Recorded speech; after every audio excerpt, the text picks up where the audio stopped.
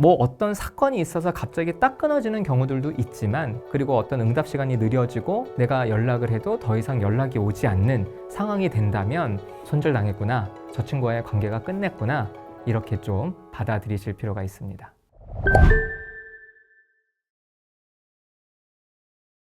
현대 사회가 그 인터넷의 발달, 또 사회 관계망 서비스의 발달로 굉장히 많은 그 인간관계를 유지하게 만들죠.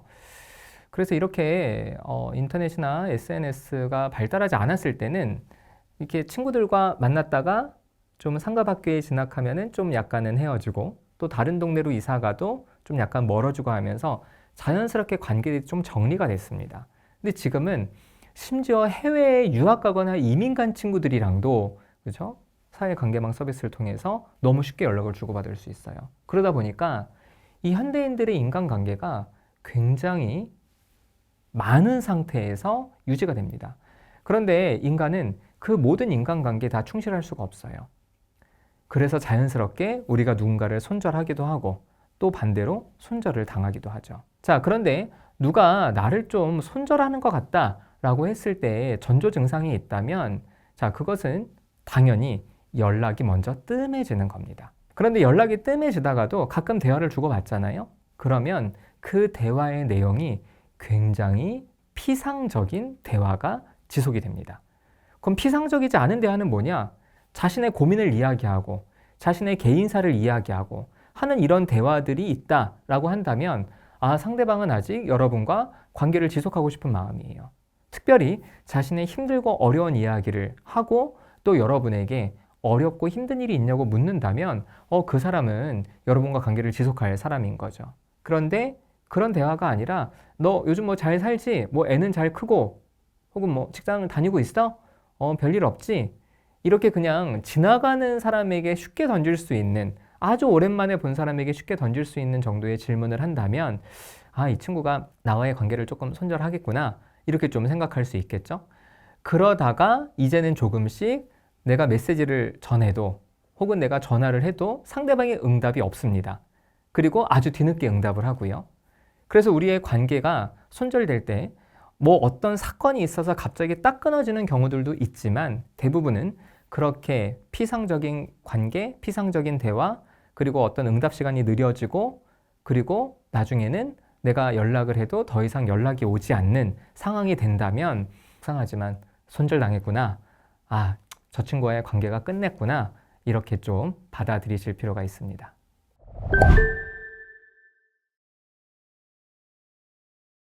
야, 너 좀 솔직히 말해서 나랑 관계 혹시 좀 끊고 싶은 거 같은데, 야, 나는 너랑 좀 관계를 이어가고 싶다. 어떻게 보면 이렇게 좀 내 욕구를 드러내고 내가 계속 너와의 관계를 이어가고 싶다고 말하는 게, 이게 자존심이 상한다고 하시는 분들이 계세요. 물론 자존심이 상할 수 있죠. 저쪽에서 나를 싫어하는데 내가 뭔가를 전달을 한다면. 그런데 여러분이 뭔가를 전달하는 그 행동이 여러분 입장에서는 굉장히 좀 자존심이 상하는 일일 수 있기는 하지만, 상대방에게 미치는 영향은 상당합니다. 만약에 한번 입장을 바꿔서 생각해 보세요. 여러분이 자주 연락이 안 되는 친구, 아, 이 친구랑 이제는 좀 연락 끊어도 되겠다 라고 해서 여러분이 서서히 연락을 끊고 있는데, 그 친구가 연락을 하더니, 야, 너 좀 서운하다, 나 너랑 같이 좀 이렇게 친하게 지내고 싶은데, 야, 네가 이러니까 나 좀 서운해 라고 한다면, 여러분 어떻게 좀 느껴지겠어요? 아, 그래? 아, 그렇구나. 사실은 사람들은요, 자신에게 내미는 손을 거절하는 걸 굉장히 어려워합니다. 여러분이 길 가는 사람한테 한번 손 내밀어 보세요. 그러면 여러분은 모르는 사람들이라도 손 내밀면 잡게 돼 있습니다. 인간은 기본적으로 상대방의 반응에 그대로 따라 반응하는 성향이 있습니다. 그래서 사람들은요, 누구랑 친구를 하느냐? 자기랑 친구하고 싶다고 오는 친구들과 친구를 하고요. 사람들은 누구와 연애를 하느냐? 자기를 사랑하는 사람과 연애를 할 가능성이 매우 높습니다. 그래서 관계에서도 관계가 끊어지려고 했을 때 여러분이 그 관계를 이어가고 싶으시다면 자존심을 좀 내려놓으시고 용기를 내셔서, 야, 너랑 더 친하게 좀 지내고 싶어. 야, 우리 좀 만나서 좀 얘기 좀 하자. 라고 여러분의 마음을 노골적으로 드러내시는 게 그 친구와의 손절을 막을 수 있는 방법입니다. 여러분, 연인 사이에서도 한쪽이 헤어지자고 얘기를 하죠. 그런데 그때 상대방이 아니야, 난 너랑 헤어지기 싫어 라고 이야기를 분명하게 하면요.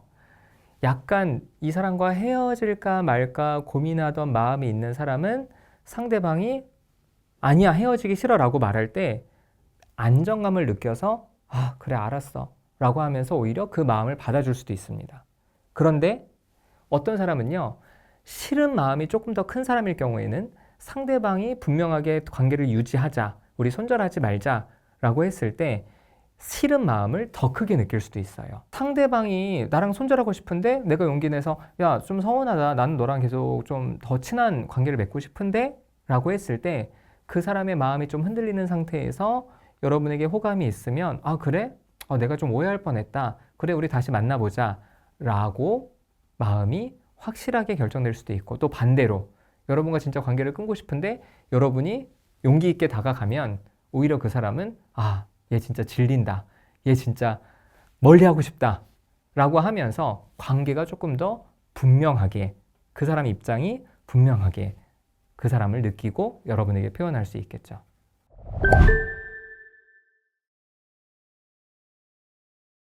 뒤에서 험담하는 이들에게 들키지 않아야 할 것이 있다면 자신의 마음이죠. 아주 구체적으로는 자신의 감정, 자신의 욕구를 들키지 않는 것이 중요합니다. 사실 이 감정과 욕구는 우리 마음에서 굉장히 중요하면서도 한편으로는 우리의 마음을 노골적으로 보여주기 때문에 가장 취약하기도 합니다. 여러분, 논리는요, 그 자체로 굉장히 견고합니다. 그래서 논리에서 상대방을 쉽게 무너뜨리기는 어려워요. 하지만 감정은 굉장히 취약합니다. 그 자체로 굉장히 약한 모습이기도 해요. 그래서 많은 사람들이 감정을 쉽게 드러내는 사람들을 좀 무시하고 좀 가볍게 여기죠. 물론 이런 사회적인 풍토는 저는 굉장히 잘못된 거라고 생각합니다. 현실적으로 우리나라 문화가 개인의 욕구와 감정을 드러내지 않는 문화다 보니까 누가 여러분을 험담하는데 여러분이 자꾸 그 앞에서 운다든지 자꾸 그 앞에서 여러분이 화를 낸다든지 여러분의 욕구를 계속 드러내면 그 사람은 뒤에서 야, 쟤 봤어, 우는 거? 야, 저 사람 화내는 거 봤니? 진짜 기가 막히지 않니? 라고 하면서 사실은 욕구와 감정을 무시할 만한 논리는 없더라도 그냥 그것을 굉장히 계속 안 좋게 보고 평가를 하게 되는 거죠. 여러분이 드러내지 않아야 되는 것은 여러분의 약점입니다. 결국 험담은 누군가의 약점을 잡아서 그것을 계속 떠벌리는 일이기 때문에 여러분이 그 사람에게 가능한 한 약점을 보이지 않는 게 중요하고요. 또 반대로 여러분의 잘하는 모습도 여러분이 들키지 않는 게 중요합니다. 그거는 왜 그러느냐? 누가 여러분을 험담한다는 거는 한편으로는 여러분을 자신의 경쟁 상대로 보고 있다는 뜻이기도 합니다. 여러분 생각해 보세요. 굉장히 나이 많은 어른이 아주 어린 꼬마를 험담하진 않습니다. 그리고 굉장히 경제적으로 부유한 사람이 경제적으로 굉장히 어려운 사람을 험담하진 않습니다. 쉽게 말해서 자신과 비슷한 사람들은 험담하고 그리고 뒤에서 안 좋게 말을 하죠. 그것은 바로 그 사람을 나름의 경쟁 상대로 보고 있다는 건데요. 그런데 여러분이 어떤 좋은 모습을 계속 보이면 그 사람의 열등감을 더욱더 자극할 수 있고 그 사람이 경쟁심을 더욱더 부추길 수 있어서 여러분의 험담을 더욱더 할 수 있죠. 그래서 가능한 한 여러분의 욕구와 감정 그리고 약점과 강점을 여러분이 들키지 않는 것이 여러분을 험담하는 사람들에게 빌미를 주지 않을 수 있는 방법입니다.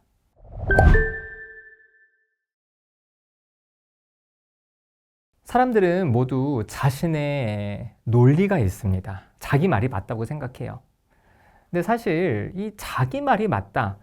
이게 뭐 마치 학문이라면 어쨌든 실험을 통해서 뭐라도 좀 검증을 하거나 증명을 하면 될 텐데 우리의 일상에서는 그러기가 어려운 경우가 많죠. 저도 상담을 하면서 수많은 사람들을 만나서 사람들의 이야기를 듣고 또 저는 심리학자다 보니까 이 사람에게 도움을 주기 위해서 나름의 솔루션을 제공할 때가 있습니다. 그런데 그때 많은 사람들이 선생님이 제 입장이 안 돼서 그러시나 본데 저는 그게 안 돼요 라고 이야기를 해요. 가장 대표적인 경우가 저는 이 아이를 키우는 특별히 청소년 자녀를 키우는 부모님들을 상담할 때마다 부모님들에게 이렇게 얘기합니다. 본인이 아이의 삶을 통제하려고 하지 말고 아이에게 좀 자율권을 주세요 라고 이렇게 말씀을 드려요.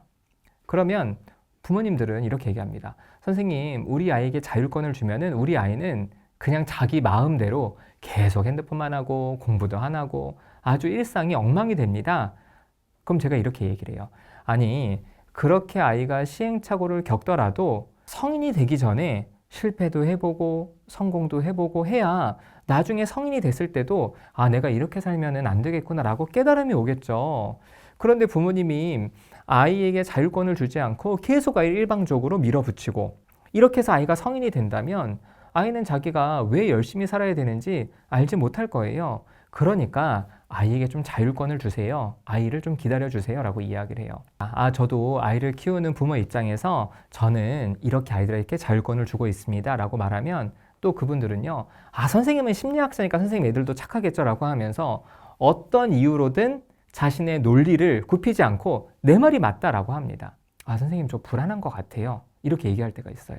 그럼 어떤 게 좀 불안하세요? 라고 하면 제가 그냥 아이를 통제하지 않으면 아이와 저와의 관계에 아무것도 남지 않을까봐 제가 불안해하는 것 같다 라고 했을 때 저는 그 마음에 공감을 해줍니다. 본인 말이 맞다고 계속 했던 이유가 사실은 그것이 논리적으로 맞아서가 아니라 그런 두려움이 있으시구나. 그래요. 그러실 것 같아요. 그 두려움은 사실 저도 있습니다. 저도 아이를 키우면서 아이와 저와의 관계에서 이제 아무것도 남지 않고 성인이 될까봐 두려워하는 마음이 있어요. 그래서 그 마음에 공감을 해주면요. 사람들은 마음을 조금 바꾸게 됩니다. 여러분이 어떤 대화를 할 때 여러분의 의견을 물어봐주고 여러분의 마음에 공감해주는 사람은 사실은 대화하기가 굉장히 수월하죠. 근데 반대로 자기 말만 맞다고 우기는 사람이 대화가 안 될 때 그냥 여러분도 답답해 라고 등 돌리지 마시고 어떤 마음에 그러시냐 라고 물어보시고 그래 그럴 수 있을 것 같다. 그런데 그 사람 입장에 여러분이 공감을 해주라고 제가 말씀을 드리면요. 어떤 분들은 저한테 이러십니다. 아니 선생님 저 사람이 틀린 의견을 얘기했는데 어떻게 공감을 해줍니까? 라고 해요. 제가 여기서 늘 반복적으로 말씀드리는 게 공감과 동의는 다르다. 동의는 그 사람의 결정에 찬성하는 겁니다. 그런데 공감은 네 입장에선 그럴 수 있겠다. 이렇게 그 마음을 알아주는 거예요. 여러분의 자녀나 여러분의 배우자나 잘 다니던 학교나 직장을 그만둔다 그래요. 그러면 안 되지. 계속 다녀야지. 어딜 그만둬? 라고 이야기를 하면 상대방은 자신이 지금 힘들고 어렵다는 것에 대해서 이해받거나 공감받지 못했다는 생각 들어서 마음을 굉장히 크게 다칩니다. 저는 그렇게 말해요. 어떤 마음이니? 그래, 그럴 수 있겠다. 충분히 학교를 그만두고 싶을 수 있겠고, 충분히 직장을 그만두고 싶을 수 있겠다. 그럼 그 사람이, 그러면 동의하는 거예요? 저 직장 그만둬도 되고, 학교 그만둬도 됩니까? 라고 확인해요. 그럼 저는 그것에 대해서는 좀 기다려보자. 내가 당장 그것에서 동의는 하지 못하겠다. 그래서 여러분 생각해 보면요. 여러분 주변의 모든 사람들, 그 사람 입장에서 보면 나름대로 이해가 됩니다. 하지만 그 사람이 이해가 된다고 여러분이 그 사람의 결정에 즉시 찬성하는 건 아니다. 그래서 여러분을 답답하게 하는 사람, 자기 말만 맞다고 우기는 사람, 대화하기 싫은 사람, 그 사람과 뭔가 계속 관계를 이어가고 대화를 이어가시려면 그 사람의 마음을 물어보시고 그 마음에 공감을 해주시는 것이 그 사람과 원활하게 대화를 이어갈 수 있는 방법이라고 할 수 있습니다.